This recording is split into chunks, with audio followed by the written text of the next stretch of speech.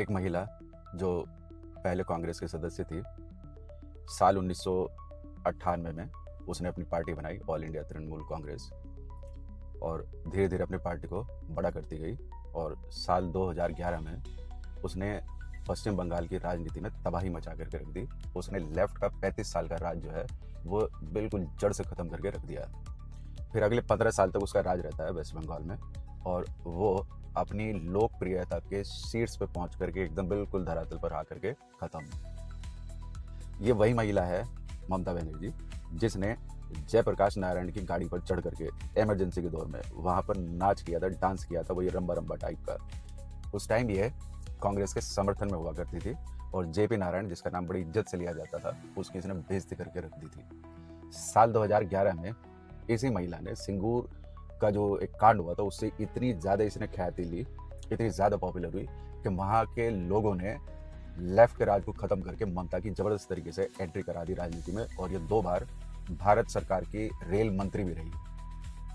इसने लगातार 3 बार भवानीपुर से, तीनों बार ये बड़े शानदार मार्जिन से जीती है। नंदीग्राम से भी इसने चुनाव लड़ा। साल 2021 में इसी के सहयोगी शुवेंदु अधिकारी ने इसको नंदीग्राम से हराया। फिर उसके बाद 2026 में जब इसने नंदीग्राम से चुनाव लड़ने के बजाय भवानीपुर से चुनाव लड़ी, तो शुवेंदु अधिकारी भी भवानीपुर पहुंच गया और उसको फिर दोबारा उसने मात दी। तो 2 बार इसको तबाह करके रख दिया शुवेंदु अधिकारी ने, जो इसका पहले खुद का सहयोगी हुआ करता था, जो अब बीजेपी में है। तो ममता बनर्जी के चरम पर पहुंच करके अब खत्म होने के क्या क्या मुख्य कारण रहे होंगे, इस पर बात करते हैं। अगर आप रीजनल पॉलिटिक्स पे ध्यान दें तो कोई भी जो क्षेत्रीय दल है वो बीजेपी के सामने टिक नहीं पा रहा है। बीजेपी का अगर हम ट्रैक रिकॉर्ड देखें तो किसी स्टेट में मान लो ये बिल्कुल नहीं है, तो अगले वाले में इनका वोट शेयर बढ़ाते हैं, और जब एक डिसेंट सी सीट्स इनको 2-3 बार के प्रयास के बाद मिल जाती है, तो फिर तो मान के चलो कि ये उससे अगले इलेक्शन में जो रीजनल पार्टी है उसको पूरी तरह से धराशायी कर देते हैं, खत्म कर देते हैं। ऐसा आप यूपी में देख चुके हैं, ऐसा आप कर्नाटका में देख चुके हैं, राजस्थान में देख चुके हैं, मतलब इसके बहुत सारे उदाहरण आपको मिल सकते हैं। आसाम में ऐसा हुआ है, और अभी हाल में दिल्ली में हुआ है, और फिर यहाँ अब वेस्ट बंगाल में भी ऐसा देखने को मिला है। तो जहाँ तक मुझे लगता है कि इसका सबसे बड़ा कारण ममता दीदी को क्यों बंगाल के लोगों ने खारिज कर दिया है, उसका सबसे बड़ा कारण है अपीजमेंट पॉलिटिक्स। जो काम पहले कांग्रेस किया करती थी कि भारत की आबादी के एक खास वर्ग को अपना वोट बैंक समझती थी कि हाँ भाई, हम इस वोट बैंक को सुरक्षित रखेंगे, इनका अपीजमेंट करते रहेंगे, और जो एक मेजर सेक्शन ऑफ पॉपुलेशन है उसका अगर हमें कुछ भी वोट मिल जाएगा तो हम आराम से जीतते रहेंगे। और उनके ये जो तरीका था वो कामयाब भी रहा। वो बार बार इस तरह से देश में और राज्यों पर वो अपनी सरकार बनाते रहे, उसको सुचारू रूप से चलाते भी रहे। लेकिन काठ की हांडी में कितनी बार खाना पकेगा, चूल्हे पे कितनी बार उसे चढ़ा लोगे। एक टाइम आएगा जब लोग समझ जाएंगे कि भाई आपको दरकिनार किया जा रहा है, और जो एक इन्होंने अपना वोट बैंक बना रखा है उन्हीं के अकॉर्डिंग पॉलिसीज बनाते हैं। और इनके जो मंत्री हैं या जो इनके प्रधानमंत्री बने हैं वो कहते हैं कि भाई देश के जो रिसोर्सेज हैं उन पर पहला हक इस खास सेक्शन का है, जो मेजॉरिटी है उसका कोई हक नहीं। या वो ऐसा भी नहीं बोलते कि सर जो देश के जितने भी नागरिक हैं उन सबका देश के रिसोर्सेज पर बराबर बराबर अधिकार है, इस तरह का कोई बयान नहीं देते हैं। अपीजमेंट पॉलिटिक्स चलाता है। ममता बनर्जी भी यही कर रही थी, तो धीरे धीरे करके लोगों को समझ में आना शुरू हो गया, और बीजेपी ने इसका भरपूर इस्तेमाल किया। उन्होंने लोगों को जागरूक किया, देखो आपको दरकिनार किया जा रहा है, और एक सेक्शन है उसकी अपीजमेंट बार बार की जा रही है, पॉलिसीज उनके अनुरूप बनाई जा रही हैं। वो अगर कोई क्राइम करते हैं, कुछ भी करते हैं, तो ये उन्हें बैक करते हैं, उन्हें छुड़ा लेते हैं, और बुरा हाल है, आपकी नहीं सुनी जा रही है। तो शुरू में लोगों ने उतना विश्वास नहीं किया, लेकिन धीरे धीरे जब उन्हें इस तरह की घटनाएं देखने को मिलती रही तो उन्हें भी फिर समझ में आ गया। तो जो पार्टी, भारतीय जनता पार्टी, पहले वेस्ट बंगाल में 3 सीटों पर थी, और 3 से अचानक 77 पर आती है, और 77 से इस बार देखो आप ये करीब 200 के पास में पहुंच गए। तो अपीजमेंट पॉलिटिक्स बिल्कुल नहीं चलेगी। रीजनल पार्टीज को अगर भाजपा के साथ जमकर के मुकाबला करना है तो उन्हें अपने राज्य के जितने भी लोग हैं सबको बराबर मानना चाहिए, सबको बराबरी का अधिकार हो, सबको एक ही नज़र से देखा जाए। ऐसा नहीं कि ये मेरा वोट बैंक है, मैं इसी पे ध्यान दूंगी, और बाकी तो मूर्ख हैं, वो अपने आप वोट देने के लिए मुझे चले आएंगे, मैं जीतती रहूँगी या जीतता रहूँगा। ऐसा नहीं चलेगा। तो अपीजमेंट पॉलिटिक्स को ख़त्म करना चाहिए अगर भाजपा के साथ जम के मुकाबला करना है किसी क्षेत्रीय दल को। दूसरी चीज़, जो आजकल मीडिया का ज़माना है, मीडिया से मेरा मतलब है सोशल मीडिया का, इंस्टाग्राम हो गया, यूट्यूब हो गया, तो ये सरकार की इमेज को कब बना दे और कब तबाह कर दे, ये इनके लिए बहुत ही चंद दिनों का काम है। जैसे मैं वेस्ट बंगाल की अभी एक नेत्री का नाम लेता हूँ, उसका नाम है सयानी घोष। उसको क्या जरूरत पड़ी थी कि शिवलिंग पर जाकर के वो कॉन्डोम चढ़ाए? एक बड़ा सेक्शन, उसकी भावनाओं को आहत करने की क्या जरूरत थी? ये अपीजमेंट है, ये एक सेक्शन को खुश करना और एक बड़े सेक्शन को मूर्ख समझ के उनका उपहास करना।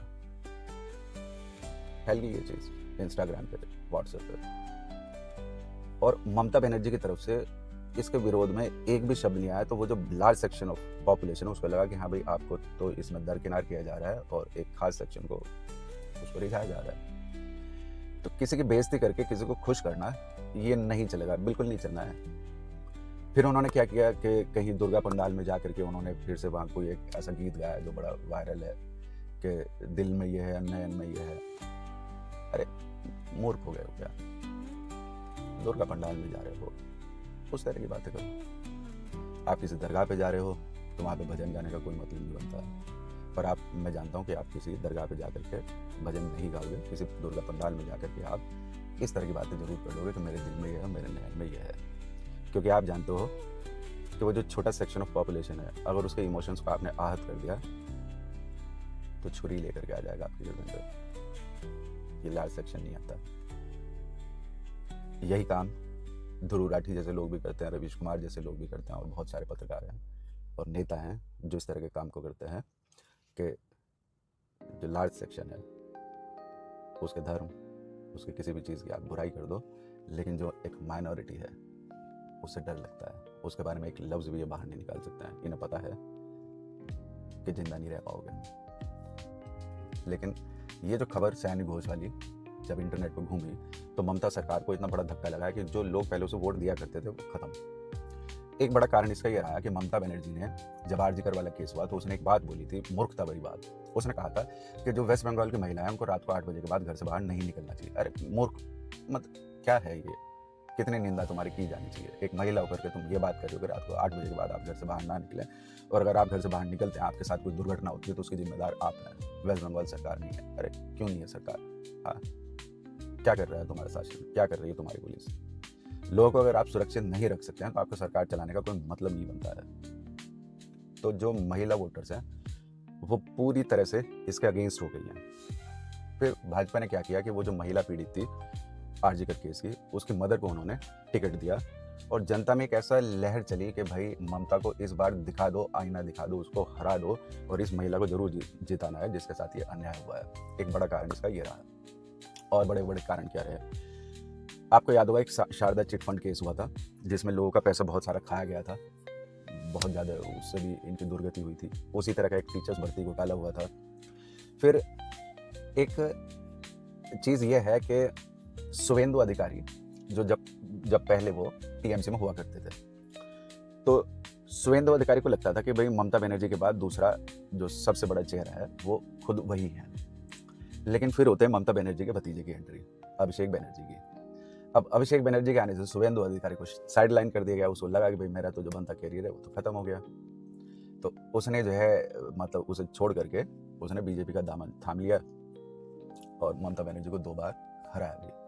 तो अगर आपकी पार्टी के पास कोई इस तरह का बड़ा चेहरा है जो पॉपुलर है, आप उसको ऐसा कभी भी फील ना होने दें कि भाई उसका जो कैरियर है वो तो बनता हुआ बिगड़ जाएगा। ऐसा ना होने दें, उन्हें भी आगे आने का मौका दें।